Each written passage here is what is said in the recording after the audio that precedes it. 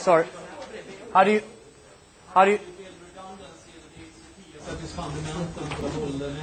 Yeah. The different way to do it, the cheap way to do it is to use more than one DHCP server and have non-overlapping scope. So that one DHCP server is only sharing this number of IP addresses or this IP addresses, and the other server is sharing some other part of that network range, but not the same range. So you have different range of IP addresses on both servers. If one breaks, the other one's going to keep going with the other ones. And then there are more advanced DHCP systems today, where you have multiple DHCP servers, and they're all talking to a central server that keeps track on all the IP addresses being released or being borrowed out by all the different DHCP servers. So there are different ways to do it. The cheap way is to just use different ranges, but there are other systems to do it as well. We need to get on because we're really, really late. I don't know why we're actually this late, but we're really late. We'll go on, and I'll go through as much as we can do in half an hour, and we'll tape the other so that you can really get to it on the intranet later on. And also we're going to do this one more time for another class, so we'll do it again. But we'll go through what we can go through. If you've got the materials, you can go home and read, and then you'll get the recording on the internet as well. Next thing to talk about is the Address Resolution Protocol, or ARP. ARP is used to make a connection between IP addresses and MAC addresses, or layer 2 addresses. Imagine you have this network. Anyone done a ping somewhere sometime? You've all done pings. So a ping is somewhere, something I use. I can ping from my PC to another PC, see if that PC is alive, right? Now ping is an ICMP packet. It's one of the ICMP messages. Now, this ICMP packet with a ping in it is going to use an IP address. And the user is going to give me the IP address. I will go to the prompt, and I will write ping and the IP address I want to ping, right? Now, this IP address, I want that to be sent to this host here to know that he is up and running. Now, because this is Ethernet, I need to have the Ethernet header. And I need the trailer at the end. Now, remember the Ethernet header, we need the destination address, the source address, and a type field. And then we need the checksum. Now, the type field, because it's IP, is really simple. It's going to be 0800, right? IP. The source MAC address, well, I'll just go ask my network card and find out what MAC address we have. How do I get his MAC address? Because I'm sending the IP packet within the Ethernet frame. And I'm sending the Ethernet frame not to that IP address, I'm sending it to his the MAC address of the network card he has. And I don't know this. I know the IP address because the user, or whatever application you're running, has told me I want this IP address. But I need to put the destination MAC address in there. Sorry? I asked who has that IP address. Yeah, exactly. And that's what we use ARP for. Address Resolution Protocol. What will happen is I'll send out an ARP request, which is broadcasted. So basically, I'll send it out and I'll ask everyone, do you have this IP address? Whoever has this IP address, could you please respond to me? And this PC then, the one I'm pinging that has that IP address, is going to send an ARP reply back. And the ARP reply is unicast. It will be sent to the MAC address that asked. And in that reply, it will say, I have this IP address, and I have this MAC address. But then we know if it's alive, it then doesn't need to do the thing with the MAC address. Sorry? Then he knows that he's alive. Yeah. He doesn't need to do the thing. On layer 2. But the ping hasn't gone off yet. We haven't sent the ping yet. No, he doesn't need to. He doesn't need to if we had something that could actually take... Yeah, I know what you're trying to do. if we could see that. Once I get the reply back, I'm going to save the reply in something called an ARP cache. In the ARP cache, I will write up and I will save the IP address and the corresponding MAC address. A usual system, operation system, saves this for 2 minutes, or as long as I'm using it, obviously. Stop using it, I'll save it for 2 minutes. You okay with that? So we use ARP to map IP addresses to MAC addresses.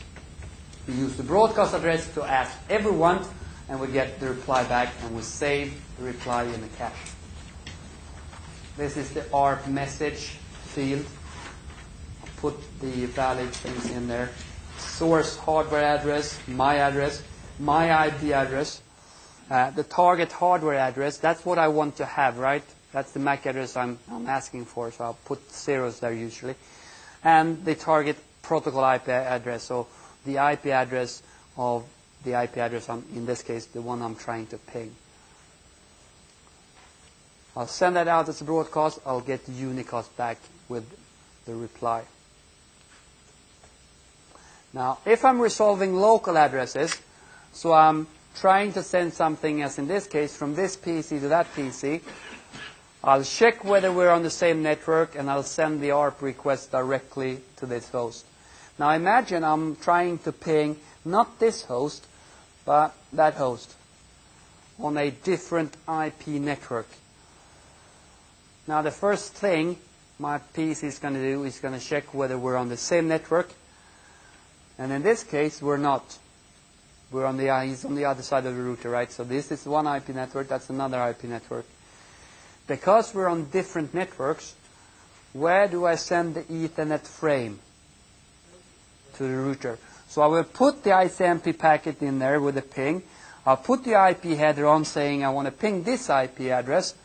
And I put it all down into a Ethernet frame. And I'll send the Ethernet frame here. So I'll ARP, not for the IP address which I'm pinging. I'll send out an ARP for the default gateway for the router. And the router will send the ARP reply back. I will take the IP packet, put it into an Ethernet frame, and send the Ethernet frame to the router. The router will remove the frame, and if he doesn't know the MAC address here, he will do another ARP. He will ARP for the IP address, he will get the ARP reply back, and will put my IP packet back into a frame and send it to the host. So the only thing you're ever going to have in your ARP cache are IP to MAC address mapping for your network. Only local ones. If it's not local, it's going to be the router interface. I'm not ARPing for that one. Okay?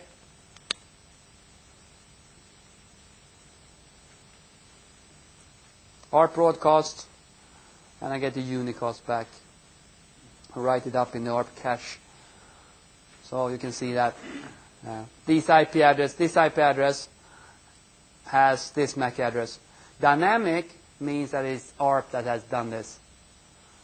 This IP address has this MAC address. Again, you can do it. You can do it on most systems by writing ARP -A. It will show you the ARP cache. Remember that it's only in there for 2 minutes. If you want to, you can display all entries. You can display a specific entry, stuff like that. If you want to, you can manually, static, make entries into your ARP cache which won't time out. Not usually used. If it's a remote address, we'll ARP for the router. Now, if you look at this slide, it might look like the router sends it on. It does not. I will ARP for the router, and then I will send the IP packet to the router, and the router will route the IP packet. I will not send the ARP request on. Just to make sure you understand that. Questions on ARP. Address Resolution Protocol. Used to map IP to layer 2 addresses. Good.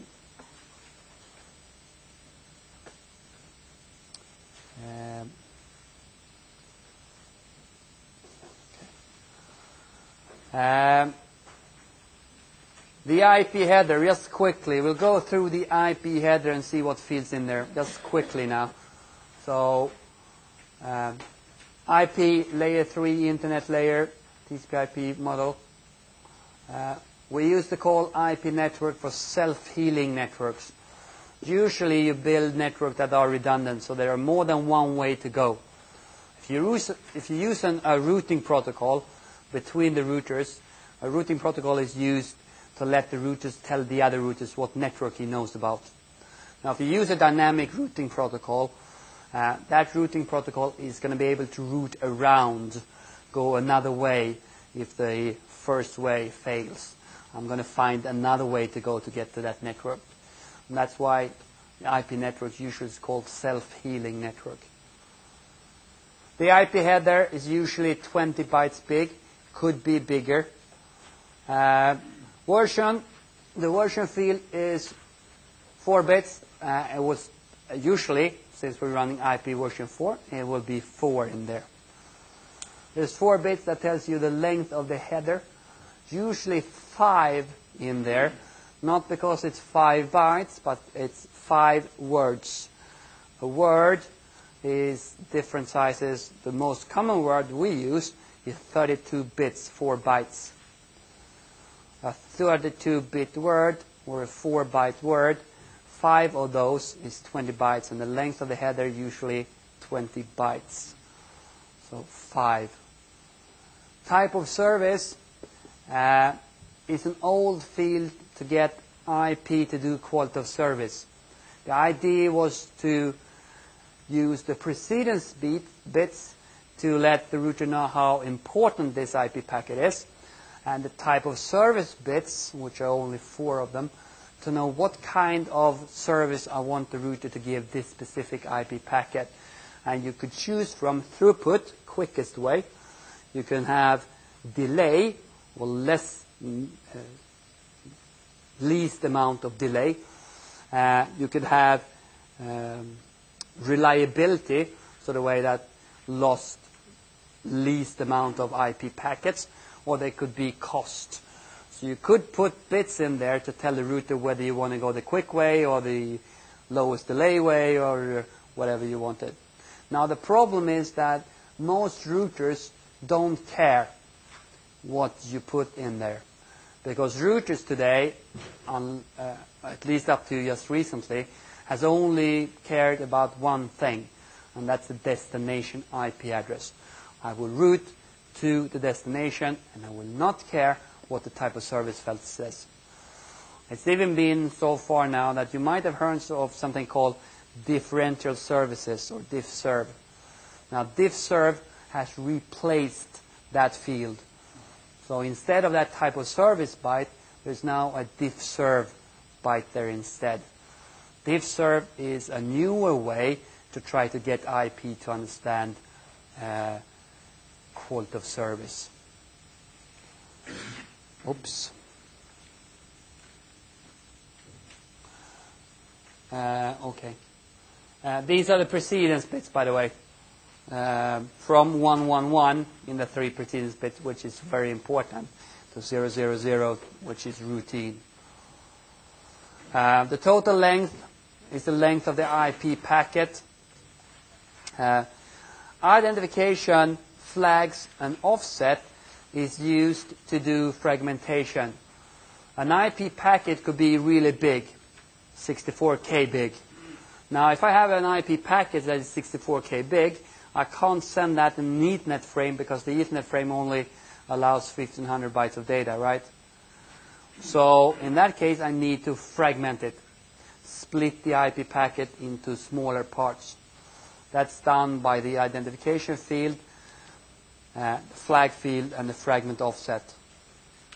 I'll skip those parts for now.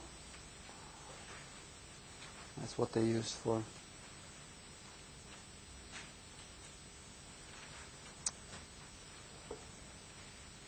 Same thing always. Takes forever. This is the same thing. The time to live field is an important field. Every time a router routes an IP packet, the only thing I will change in the IP header is the time to live field. It's there because if I have routers that start to route packets in a loop, so we're sending IP packets around between routers without the IP packet ever reaching the destination because there's some misconfiguration in the routing one way or another, we need to get rid of that packet because otherwise we're just going to keep sending it round and around and around forever. Now the lifetime control is the time to live. Every time a router routes an IP packet, it decreases that value with 1. If it ever gets to 0, the router that takes it down from 1 to 0 is going to throw it away because it's reached its end of life. So time to live is there to make sure that we don't get packets that just loop around forever. It's called time to live because when we started out with IP, they thought that you might want to decrease this with more than 1. If it's a slow link or a slow router, you could decrease it with 4 or 6 or whatever. Today, all routers decrease this value with 1. So in IPv6, which has the same field, it's called hop limit. Does exactly the same thing, just change the name. To make sure we don't have IP packets running around forever. The protocol field, we talked about that earlier. That's what tells IP what's coming after. Is it TCP? Is it UDP? Is it OSPF? Or what is it? Basically the same thing as the type field in the Ethernet frame. It lets me know what goes inside. And a checksum. So I lied just recently because I said the only thing we do is decrease the time to live, right? Now if I change a value in the header and I have a header checksum, I need to recalculate the header checksum, right? IPv6 has removed the header checksum in the IP header because we don't want to redo the checksum just for decreasing the time to live. But in IPv4, it's still there. Source and destination IP addresses. So who's it coming from and where it's going. There might be options in the IP header. They're not very common, and I won't go through them. Questions on the IP header?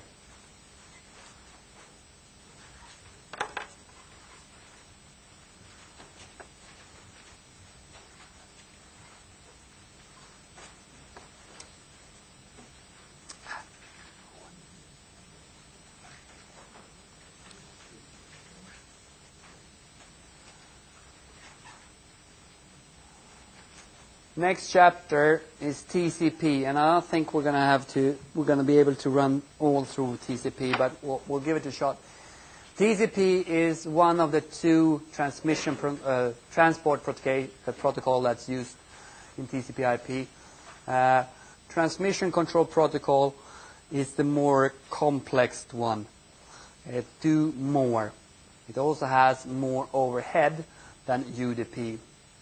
It is used for setting up sessions and sending data reliable through the network. It will set up TCP sessions before we send data. So on top of IP, inside the IP header, usually there's either a TCP or a UDP header. You could either have TCP, in this case a phone, which is connection-oriented and reliable. Or you can use UDP, which is connection-less and unreliable. UDP has a smaller overhead, but it doesn't do much either. TCP keeps track of lots of things and is reliable. So it's connection oriented. I will set up a session. So if my application that is using TCP wants to send data to a server, I will set up a TCP session between those two applications. If I can't get the session up, I won't send any data. It is full duplex, in this case meaning that the server can send data to my host at the same time as my host is sending data to the server. It's reliable. TCP is using sequence numbers, and every single byte I'll send to the server, or vice versa, he's sending to me, I will put a sequence number on it. And the receiving side is going to send acknowledgments back with the acknowledgement number. And that will tell me whether my segment with data has arrived on the other side or not. If I don't get an acknowledgement back from the other side, I will resend the data.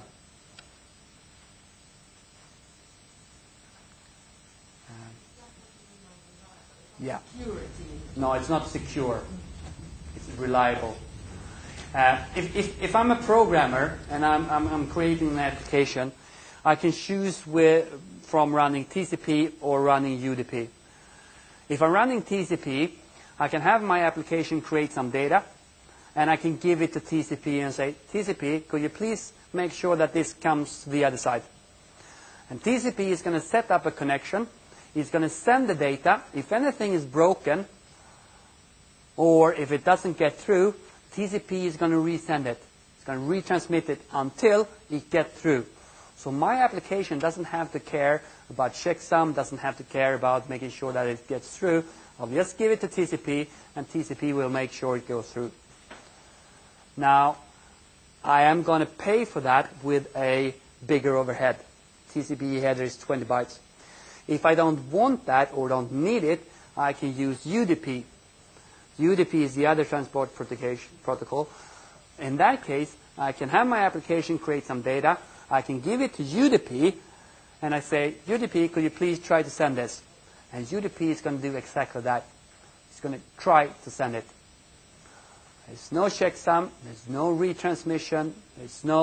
There could be a checksum, but even if the checksum is broken, doesn't match, I won't resend it.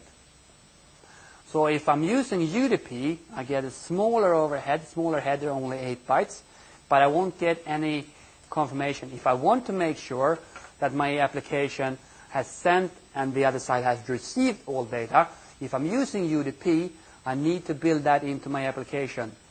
The application has to check whether the data that I've sent has also been received on the other side, which obviously is going to make me do more on my application. I need more programming to make sure that everything gets through.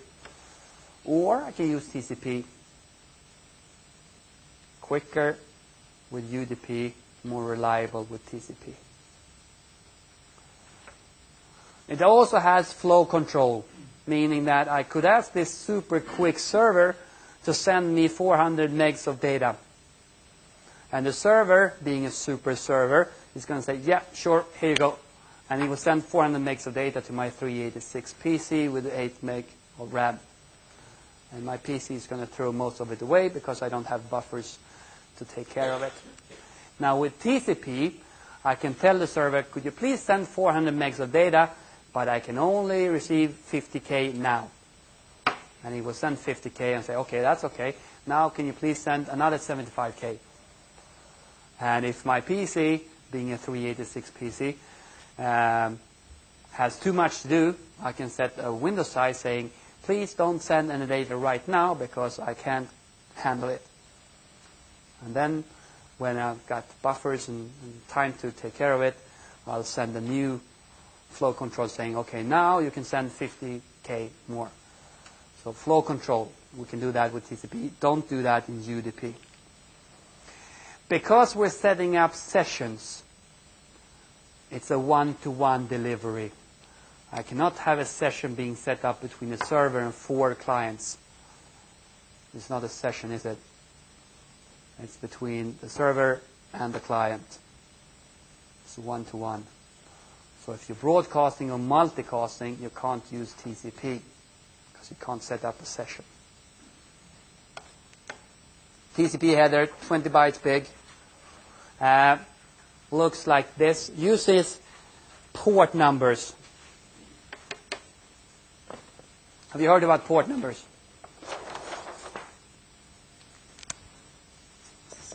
What are port numbers used for? Port numbers is used to differentiate or make my applications unique.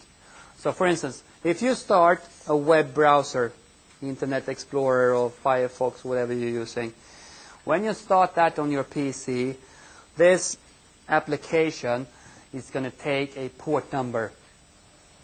And the port numbers are between 1 and 65,536, 16 bits.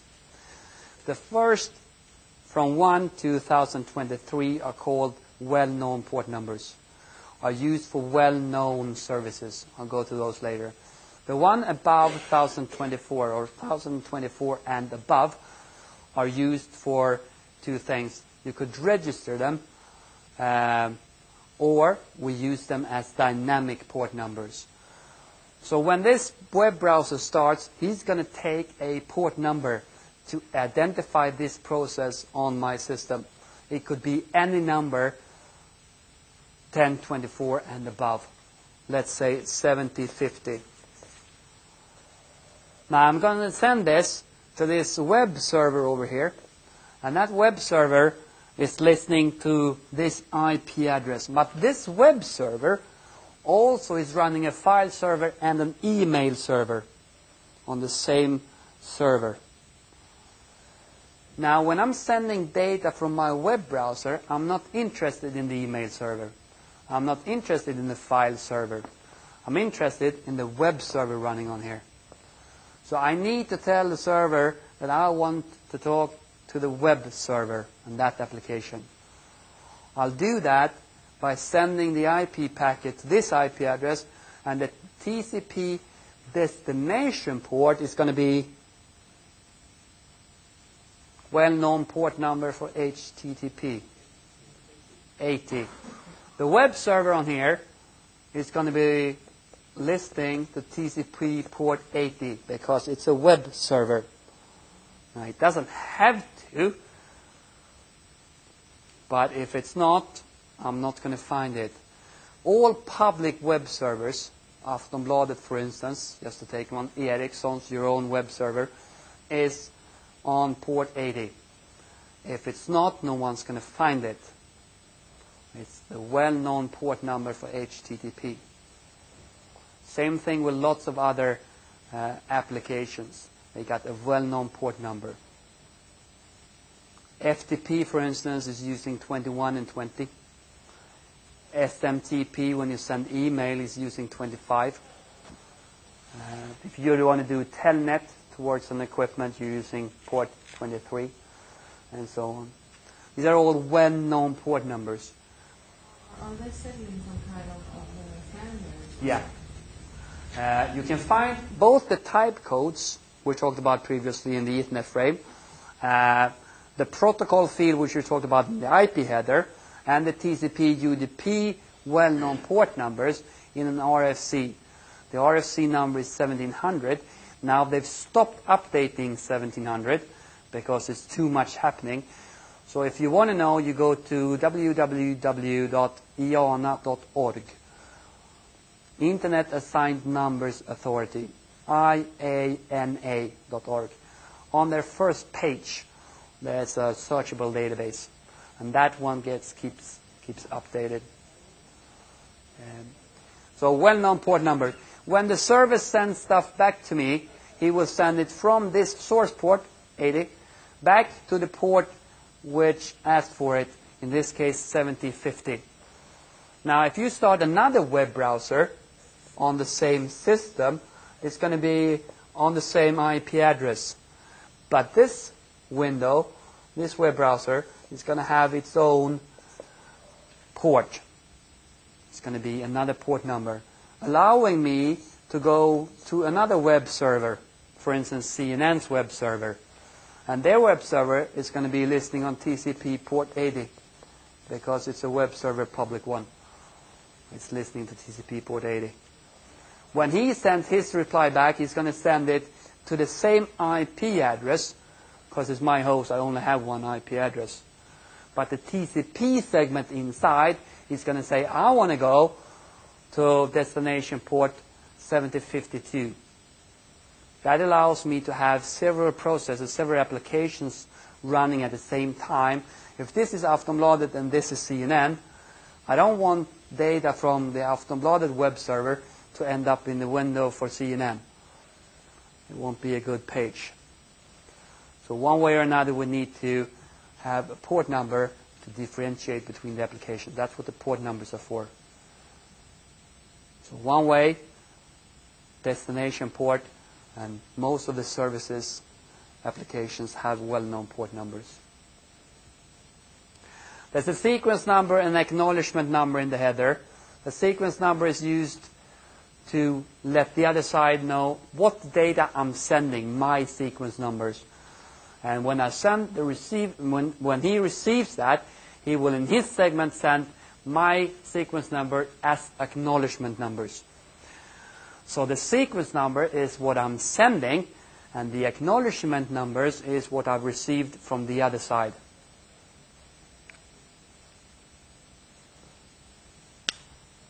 There's a header length, usually 20 bytes. There's some reserve bits. There's some flag bits, the code bits in there to let me know when I'm setting up the TCP session where I am in the session.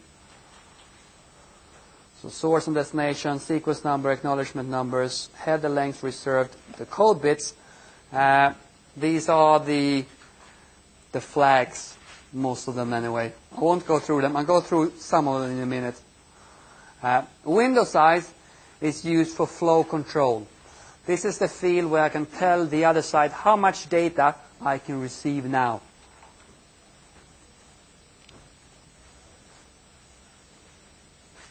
So I'll let the other side know. Checksum for TCP, checksum obviously, header and data. One of the flags is the urgent flag.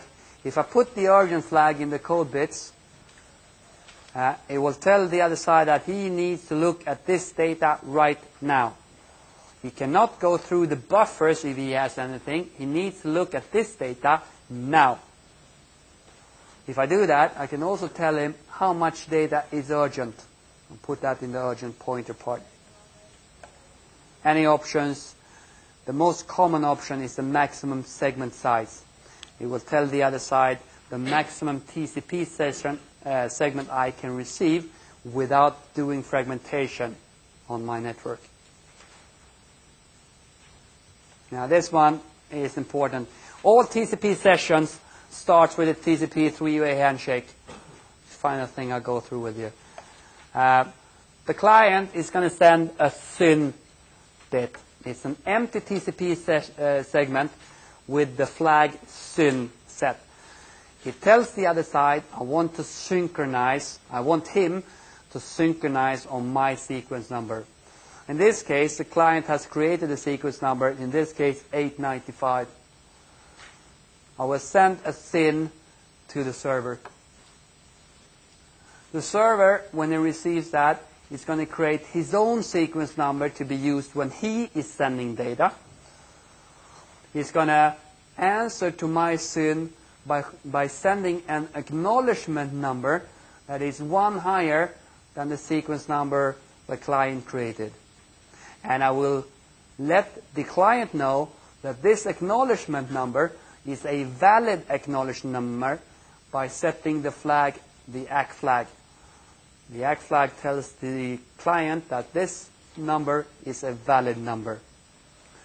I will also create my own sequence number, and I will send the synchronization flag in my segment. I will send that back to the client, and the client will respond using the new sequence number that's been acknowledged by the server for the data I'm sending. And he's going to create an acknowledgement number, again, one bigger than the sequence number used by the server. And I will put the acknowledgement flag, I'll turn on the acknowledgement flag to let the server know that this is a valid acknowledgement number. All TCP sessions, no exceptions, start with syn, synac, ac, always. Once this is done, we can then start sending data. If this fails for any reason, we will not send any data.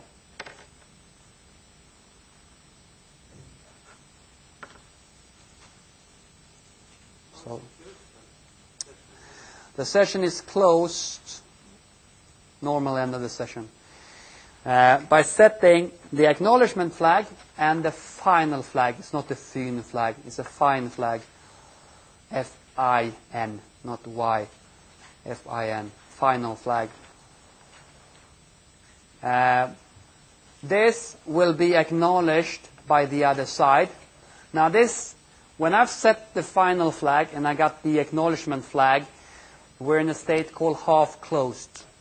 This only means, in this case, it only means that the server is not going to send any more data to the client. The client can keep sending data to the server, and the server will acknowledge those data, but he will not send any data back to the client. Once the client also is finished with sending, he will set his own final flag, and that will be responded to by the server with an acknowledgement. Once that's done, the TCP session is down. So a 3-step handshake or 3-way handshake, 4 steps to remove the TCP session. Both sides sets the final flag, and we send acknowledgements on that. Now, some bigger companies don't always follow the way it's supposed to be done. There is a other flag called the reset flag. Now, the reset flag is supposed to be used if I have a system failure, or if I'm giving up on the TCP session because the other side is never answering, because there might have been a network blockage or congestion somewhere, and I'm giving up on the session. Before just removing the session, the client will put the reset flag in, and he will send that to the other side, and if the other side gets it, he knows that I've given up. This is a one-way, one-step takedown of a TCP session. It's supposed to be used for emergencies.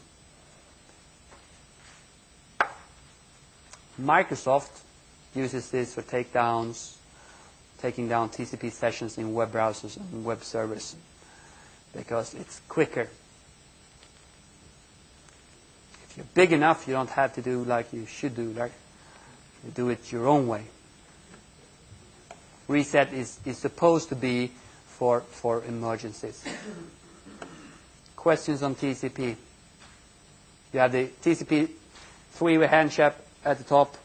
You got the data in the middle part, and the closing or terminating of the TCP session at the bottom. Does the TCP session time out at any point if the takedown is not initiated? Yeah. One early hack that was common, still common in some cases, is to overflow a server with SYN flags. We just send lots of a TCP session with the SYN flag set. It's called SYN flooding. Now, if a server when a server receives a SYN flag, he's going to put some part of his buffers for this TCP session he thinks he's going to have, and then I don't care about the response. I won't even put my own IP address as the source IP address. I'll put a bogus IP address because I'm not interested in the response. The only thing I'm interested in is creating bogus SYN flags and send that to the server. Now, once I've sent enough SYN flags to the server, he's going to be overloaded. So the ones that really do want to get to the server, he's not going to be able to go to it because it's overloaded. So it's one of the early hacks still used sometimes. Questions?